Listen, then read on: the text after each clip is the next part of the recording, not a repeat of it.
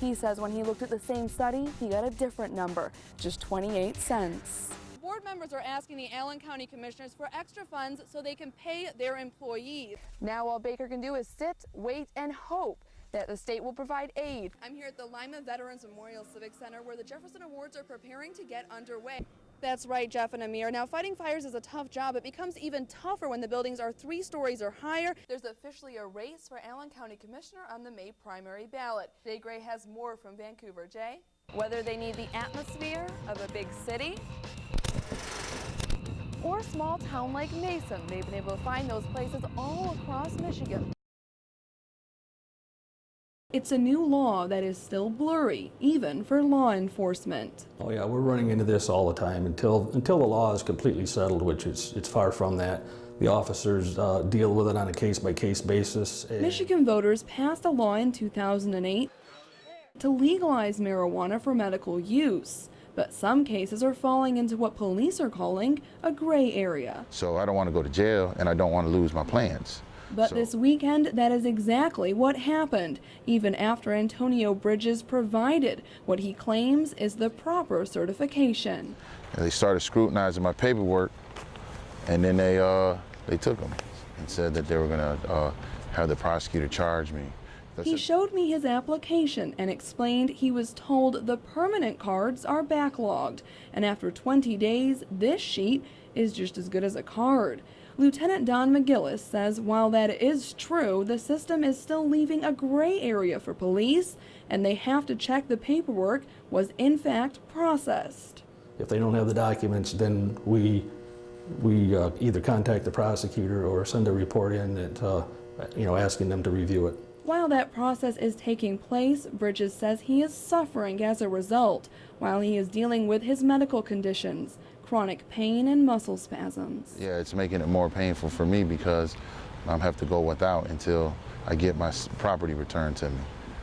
Lieutenant McGillis says if the paperwork has been processed correctly, there will be no formal charges and the plants will be returned to him. But until that cross-checking has been done, they remain locked up.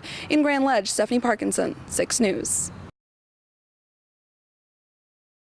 A life taken too soon.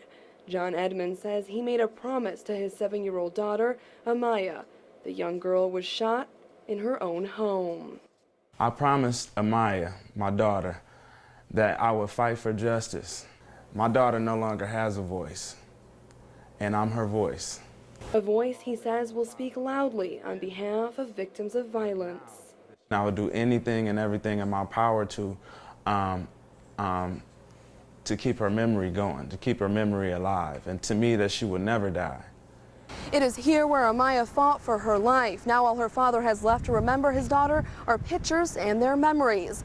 But her life continues to live on, and she helps 2 others continue to live their lives. She actually was able to give a gift to 2 individuals. One that I know of received a heart transplant today.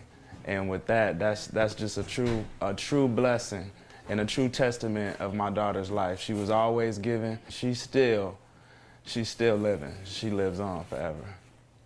Amaya's heart is now beating in another body, and another patient is waiting for one of her lungs. Her father says her death can serve a greater purpose to help prevent violence. I don't want other families to hurt like I hurt. I don't want other families to feel the pain that I feel. Pain, he says, motivates him to reach out to community leaders and ask for help to keep others out of harm's way. In Lansing, Stephanie Parkinson, 6 News.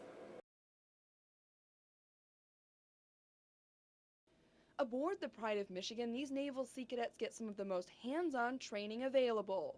As a response, all ahead 2/3. Very well. All ahead 1/3. All ahead 1/3, aye, sir.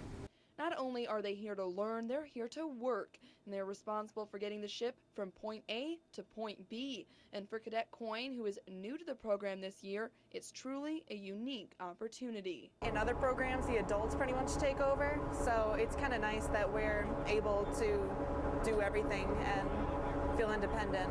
But for Captain Luke Clyburn, giving independence is in turn creating a team. Everything we do takes a team, from running the ship, from steering, ringing bells, the engine room, the cadets putting it in gear,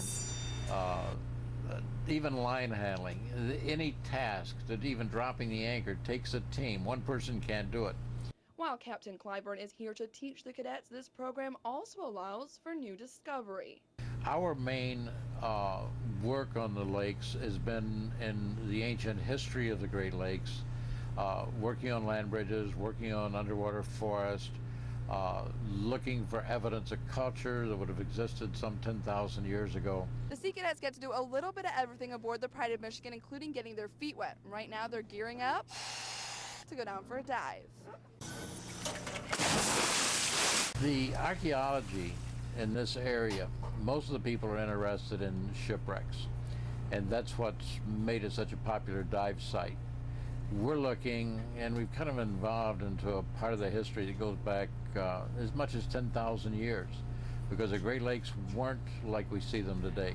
This year, the group is taking a closer look at land bridges in the Great Lakes. One in Lake Huron near Alpena once stretched across the lake to Ontario, Canada. And each year, a documentary is filmed to display their findings. When you immerse it a little bit at a time. And the experiences provide an outlet to determining a future career path for the cadets. It's important to get the young people in, get them educated, get them interested. Then it gives them the ability to make a career choice that really will enhance their future. For leading Petty Officer Allen, this program has inspired a career in the military. I came in the Sea Cadets not knowing what I was going to do later in life. I didn't know I was going to go in the military, but now I know exactly where my life is going. I plan to go to the Naval Academy next summer. I'm planning to make a military career for myself. Reporting on Lake Huron, Stephanie Parkinson, Channel 11 News.